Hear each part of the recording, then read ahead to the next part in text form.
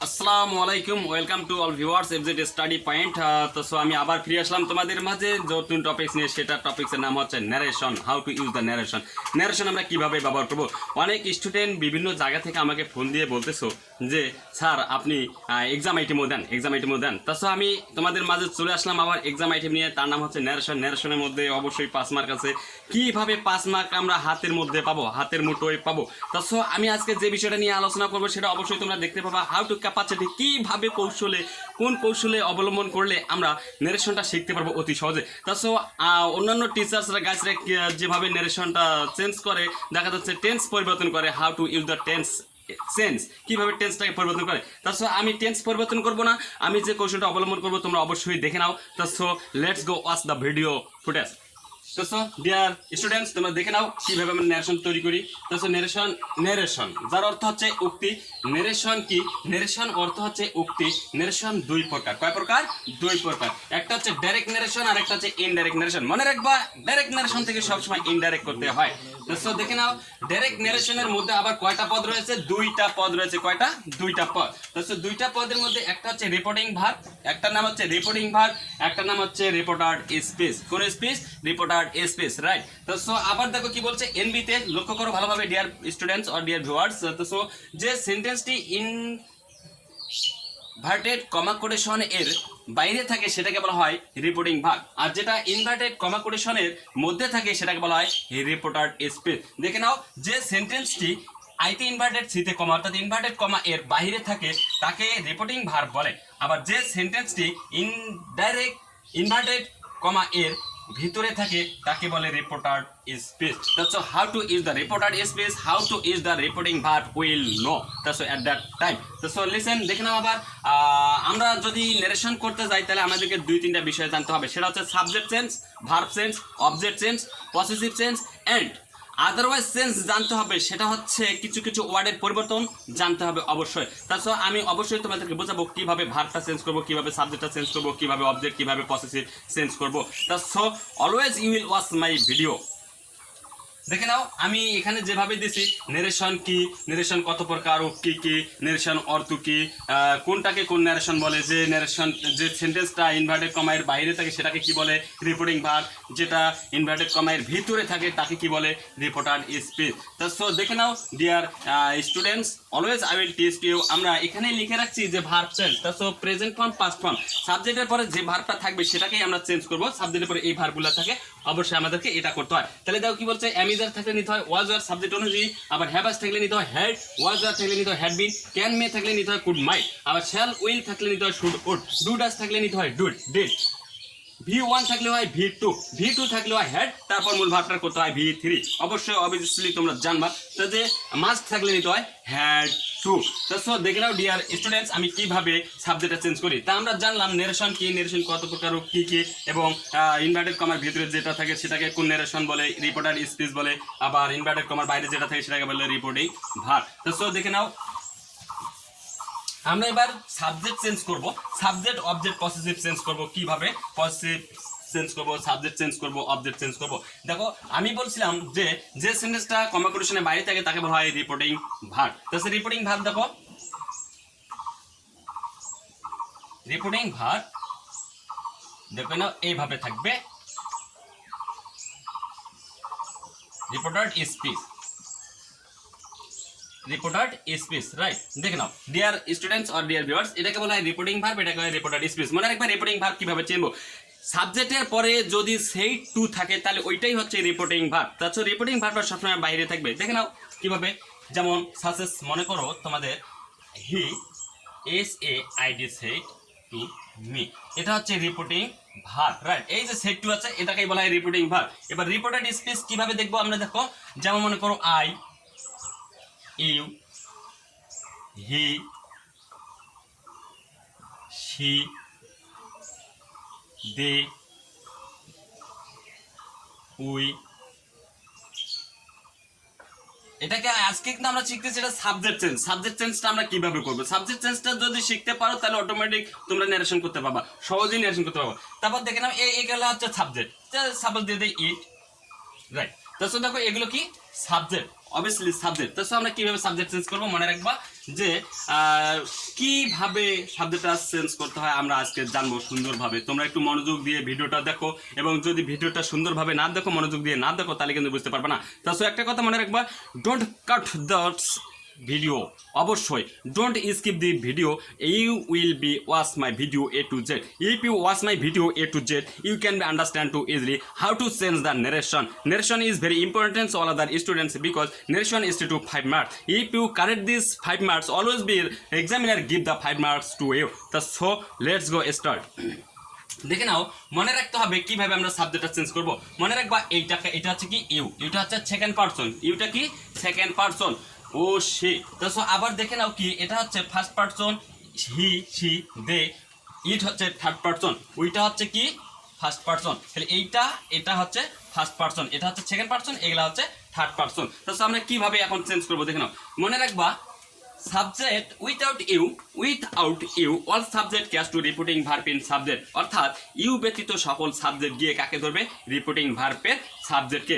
তো দেখো এখানে আছে আই গিয়ে কাকে ধরবে, তাহলে আই গিয়ে ধরতেছে কাকে, হি কে। আচ্ছা দেখো তো এখানে আছে আই, এখানে আছে হি, এখানেও একজন ওখানেও একজন, এ ফার্স্ট পারসন ও সেকেন্ড পারসন। আমি একটা গল্পের মধ্যে বোঝাই তোমাদেরকে। দেখো আই যদি হয় মুসলিম, হি হচ্ছে হিন্দু, তাহলে দেখো এ আর এ আলাদা আলাদা না, এ যদি ফার্স্ট পারসন, হি হচ্ছে থার্ড পারসন, আই যদি ফার্স্ট পারসন, হি হচ্ছে কোন পারসন, থার্ড পারসন। তো এ মুসলিম এ হিন্দু, তাই হিন্দু ছেলে আর মুসলিমের মেয়ে বিয়ে দিতে যদি যায়, অনেক ডাঙ্গা মারা, কাজে কাচাল, ডাঙ্গা মারা হাঙ্গামা অনেক কিছু হয়। তাছাড়া আমরা ডাঙ্গা মারা হাঙ্গামা কিছুই করবো না, সহজ কৌশল অবলম্বন করবো। দেখে নাও, তাছাড়া এ হচ্ছে মুসলিম, এ হচ্ছে হিন্দু, তাহলে এ বলতেছে আমি ফার্স্ট পারসন অবস্থায় আছি, তুমি কি আসতে পারবা? এ বলতেছে আমি তোমার জায়গায় যাইতে পারবো। তাহলে কিভাবে যাব দেখো, যদি আই একজনের থেকে থাকে ফার্স্ট পারসন, তাহলে হি চলে যাবে আইয়ের জায়গায়। তাহলে কি হলো, আই থাকলে কি হবে হি, আই থাকলে কি হবে হি, আই থাকলে কি হবে হি, সব সময় কন্টিনিউ করে যাবা। আই থাকলে কি হবে হি, আই থাকলে হি, আই থাকলে হি, মুখস্থ দরকার নেই, মনে রাখবা আই থাকলে হবে হি। আচ্ছা এবার দেখো আমি এবার যেটা চেঞ্জ করব, হি যা কাকে ধরতেছে, দেখো আমরা আগে ফার্স্ট পারসনটাকেই চেঞ্জ করব। ফার্স্ট পারসন হচ্ছে কি এখানে ওই, তা ওইটা কি ফার্স্ট পারসন হচ্ছে, দেখো হি হচ্ছে একজন, উই হচ্ছে বহুবচন, ফার্স্ট পারসন। তা দেখো উই, হি কি করছে, ফুটবল খেলা নিতে আছে কার কাছে, উইয়ের কাছে।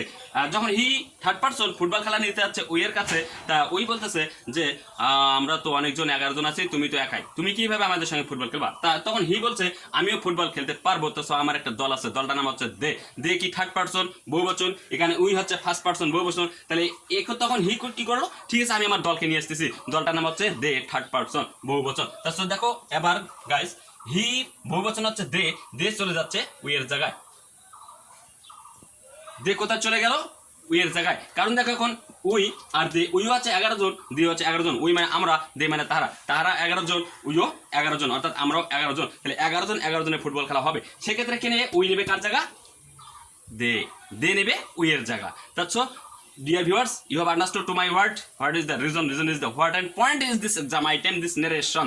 তো এবার দেখে নাও, আমরা পরিবর্তন করব ইউকে। কাকে পরিবর্তন করব, ইউকে। মনে রাখবে একটা কথা, without all subject catch to repeating verb in subject all of subject. তো ইউ ব্যতীত সকল সাবজেক্ট গিয়ে কাকে ধরবে, রিপিটিং ভার্বের অবজেক্টকে। সব সাবজেক্ট ব্যতীত শুধুমাত্র সাবজেক্ট ইউ সর্বদা কাকে এসে ধরবে, রিপোর্টিং ভার্বের অবজেক্টকে। তা দেখে নাও কিভাবে ধরতেছে, এখানে আছে ইউ, ইউটা হচ্ছে সেকেন্ড পারসন, সর্বদাই কাকে এসে ধরবে, দেখো মিকে। এখানে যদি মি থাকে, মি থাকতে পারে, হার থাকতে পারে, দেম থাকতে পারে, আস থাকতে পারে, আবার কি থাকতে পারে, হারও থাকতে পারে, হিমও থাকতে পারে, যাই থাক না কেন, তাহলে কাকে ধরবে, অবজেক্টকে। তাছাড়া দেখো এখানে ইউ যদি আসি ধরে মিকে, মিকি এর জায়গায় যাবে না, এটা হচ্ছে অবজেক্ট, এটা হচ্ছে সাবজেক্ট। আচ্ছা বাব্বাটাই কি যায়, বাব্বাটাই যায় না, তাহলে কি হবে, এরও বাবা আছে, মেয়েরও বাবা আছে, তাহলে মেয়ের বাবাটার নাম কি, আই। তাহলে দেখো এখানে সাবজেক্ট, তাহলে এর সাবজেক্ট কি হবে, আই চলে যাবে ইউ এর জায়গায়, right. So dear student, you have understood to my word, what are my reasons of the saying and studying to teaching capacity. So always দেখে নাও। এখন আমি আরেকটা কথা বলবো, যেটা কথা না আসলেই নয়, তোমরা শুধু দুইটা জিনিস পরিবর্তন করবা, সেটা হচ্ছে first person and second person. Narration করার সময় কোন জিনিসে পরিবর্তন করতে হবে, first person and second person. First person কি কি দেখো, আই, ওই, আস, আওয়ার, মাই, মি। এবং আরেকটা জিনিসে পরিবর্তন করতে হবে, কেটা, সেকেন্ড পারসন। সেকেন্ড পারসন কি বলো, ইউ। ইউ ইউর, এই তিনটা হচ্ছে সেকেন্ড পারসন। মনে রাখবা এই ইউ ইউ ইউর সর্বদাই কাকে আসি ধরবে? রিপোর্টিং ভার্বের অবজেক্টকে, এবং সে ফার্স্ট পারসন আসি ধরবে কাকে? রিপোর্টিং ভার্বের সাবজেক্টকে, আর তার সাবজেক্ট হিকে ধরবে। তাহলে আমরা চেঞ্জ করতে পারবো অতি সহজে। তা দেখে নাও কিভাবে। এখন আবার একটা কথা বলি, সেটা হচ্ছে যে মনে রাখবা third person is not change. Third পারসনের কোনো পরিবর্তন হবে না। থার্ড পারসনটা কি দেখো, হি, শি, দে, ইট, এগুলা হচ্ছে থার্ড পারসন। থার্ড পারসনের কোনো পরিবর্তন হবে না। তাহলে তোমরা শুধু কিসের পরিবর্তন করবা? সেকেন্ড পারসন এবং ফার্স্ট পারসনের পরিবর্তন করবে। সেকেন্ড পারসন পরিবর্তন করবে এবং ফার্স্ট পারসনের পরিবর্তন করবা। আর কোনো পরিবর্তন করতে হবে না। এখন যেখানে যেভাবে সেন্টেন্সের রিপোর্টেড স্পেসের মধ্যে তোমরা যদি হিকে দেখো, তাহলে হি বসাই দেবা, রাইট? তাহলে হি বসাই দেবা, সি দেখলে এস এস সি বসাই দেবা, দে দেখলে টি এস ইউ আই দে বসাই দেবা, ইট দেখলে আই টি ইতে বসাই দেবা। আর কোনো পরিবর্তন করতে হবে না। তা so dear viewers, you have understood to my word, always you will be understand to my word this video skip. তা সো আমি এবার তোমাদেরকে ডাইরেক্ট ইনডাইরেক্ট কিভাবে করতে হয় সেটা বোঝাবো। তো দেখে নাও ডিয়ার ভিউয়ার্স, এখন ডাইরেক্ট নারেশন করবো, ইনডাইরেক্ট করবো, ডাইরেক্ট ইনডাইরেক্ট করবো। দেখে নাও কিভাবে করতে হয়। তাহলে suppose he said to me. আচ্ছা দেখো, যেমন মনে করো আই অ্যাম ওয়েল, WELL। আমি তোমাদেরকে অলরেডি বলে দিয়েছিলাম যে আমরা সাবজেক্ট চেঞ্জ করবো, ভার্ব চেঞ্জ করবো, কিছু কিছু ওয়ার্ড চেঞ্জ করবো, অবজেক্ট পসেসিভ চেঞ্জ করবো, তাহলে ন্যারেশন হয়ে যাবে। তাহলে আমাদেরকে টেন্স আর করতে হচ্ছে না। টেন্স যদি করে যায়, তা ব্যাপক স্টুডেন্ট তোমরা টেন্স বোঝো না। What is the tense? Tense is not understand. Tense তোমরা বোঝো না। তাছাড়া টেন্স বোঝো না, তাহলে আমরা কৌশল করবো। তোমরা শুধু আমার একটু কৌশলটা দেখে নাও, তাহলে অবশ্যই বুঝতে পারবা যে কিভাবে ন্যারেশন করতে হয়। তাছাড়া narration is very easy topics, right? তাছাড়া দেখে নাও, আমি তোমাদেরকে বলছিলাম যে যে সেন্টেন্সটি কমা কোটেশনের ভিতরে থাকে সেটাকে বলা হয় রিপোর্টার স্পিচ। দেখো এখানে দুইটা ডারি, এখানে দুইটা ডারি, এখানে দুইটা ডারি, এখানে দুইটা ডারি। আচ্ছা, দুইটা যদি ডারি থাকে তাহলে ওটাকে বলা হয় রিপোর্টার স্পিচ। ওর ভেতরে যে সেন্টেন্সটা থাকবে ওটাকে বলা হয় রিপোর্টার স্পিচ। আর দুইটা ডারিকে বলা হয় ইনভার্টেড কমা। কি কমা? Inverted comma quotation. তো সো দেখে নাও, আমরা এখন পরিবর্তন করবো। আমি এর আগে তোমাদেরকে সাবজেক্ট টেন্সটা শিখেলাম। আই থাকলে কি হয়? হি। কি হবে? হি। আর যদি এখানে রিপোর্টিং ভার্বের সাবজেক্ট সি হয়, তাহলেও নিতে হবে S A C, C. Just enough, এটাই। তার সাথে দেখে নাও আমরা কিভাবে শিখবো। আই যা কাকে ধরবে? মনে রাখবা, without you all subject catch to reporting verb in subject. অর্থাৎ ইউ ব্যতীত সকল সাবজেক্ট গিয়ে কাকে ধরবে? রিপোর্টিং ভার্বের সাবজেক্টকে। তার সাথে এখানে কি ইউ আছে? না। কি আছে? I, first person. তাহলে কাকে ধরলো? আসি হিকে ধরলো। হি চলে যাবে কোথায়? আই এর জায়গায়। তাহলে আমরা আগে এটা পরিবর্তন করে নিলাম, এখন আমরা এই পাশে পরিবর্তন করে নিই। দেখো মনে রাখবা, রিপোর্টিং ভার্বের সাবজেক্টের কখনো পরিবর্তন হয় না। তাহলে হিটা ঠিকই রেখে দিব। এবার দেখো, reporter speech is start the subject and last finishing punctuation is full stop will be take the said to or told. So দেখো তখন হয়ে যাবে কি? সেড উঠে যাবে টি ও এল ডি, টোল্ড। আচ্ছা, আমি এটা বিস্তারিত বলে দিই একটু, নাহলে বুঝতে পারবে না। তো দেখো, সাবজেক্ট দিয়ে যদি শুরু হয় এবং শেষের চিহ্নটা যদি ফুল স্টপ হয়, তাহলে মনে রাখবা সেড টু উঠে যায়। রিপোর্টিং ভার্বে সেড টু উঠে যায়। উঠে গিয়ে কি হয়? টোল্ড নিতে পারো কিংবা সেড টু নিতে পারো। যদি টোল্ড নাও তাহলে টুটা বসা যাবে না, আর যদি সেড টু নাও তাহলে সেড টুটা থেকেই যাবে। তাহলে দেখো তারপর অবজেক্ট চলে আসতেছে মি। এবার দেখো আবার অপশনে চলে আসি। যদি রিপোর্টার স্পিচটা কমা কোটেশনের ভেতরে যে সেন্টেন্সটা থাকবে ওটাকে বলে রিপোর্টার স্পিচ, রাইট? রিপোর্টার স্পিচটা যদি সাবজেক্ট দিয়ে শুরু হয়, দেখো তো সাবজেক্ট দিয়ে শুরু, রাইট? সাবজেক্ট দিয়ে যদি শুরু হয় এবং শেষের চিহ্নটা যদি কি থাকে? ফুল স্টপ থাকে, তাহলে সেড টু এর পরিবর্তে হয়ে যায় টোল্ড। আবার দেখো কি বলছে, রিপোর্টার স্পিচটা যদি সাবজেক্ট দিয়ে শুরু হয় এবং শেষের চিহ্নটা যদি কি থাকে? ফুল স্টপ, তাহলে এখন দেখো ইনভার্টেড কমা এর পরিবর্তে নিয়ে নিব ড্যাট, THAT, ড্যাট, রাইট? এবার দেখো আমরা সাবজেক্ট পরিবর্তন করে ফেলছি অলরেডি আগেই। সে সাবজেক্টটা এটা এখানে উঠাই দেবো, যেহেতু আমরা সেন্টেন্সে আসতেছি। তার সাথে আই যা কাকে ধরবে? হিকে। হি চলে আসতেছে আই এর জায়গায়, তাহলে কি নিব? হি, রাইট? বুঝে গেছো? অবশ্যই বুঝছো। তার সাথে দেখো এখন সাবজেক্টটাকে চেঞ্জ করে দিলাম, হি আসলো। এখন ভার্বটা চেঞ্জ করবো আমরা। দেখো সাবজেক্ট ভার্বটা কিভাবে চেঞ্জ করি?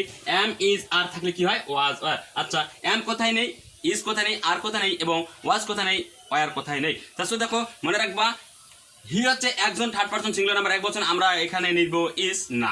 তারপর কি নিব? ওয়াজ কেন নিব?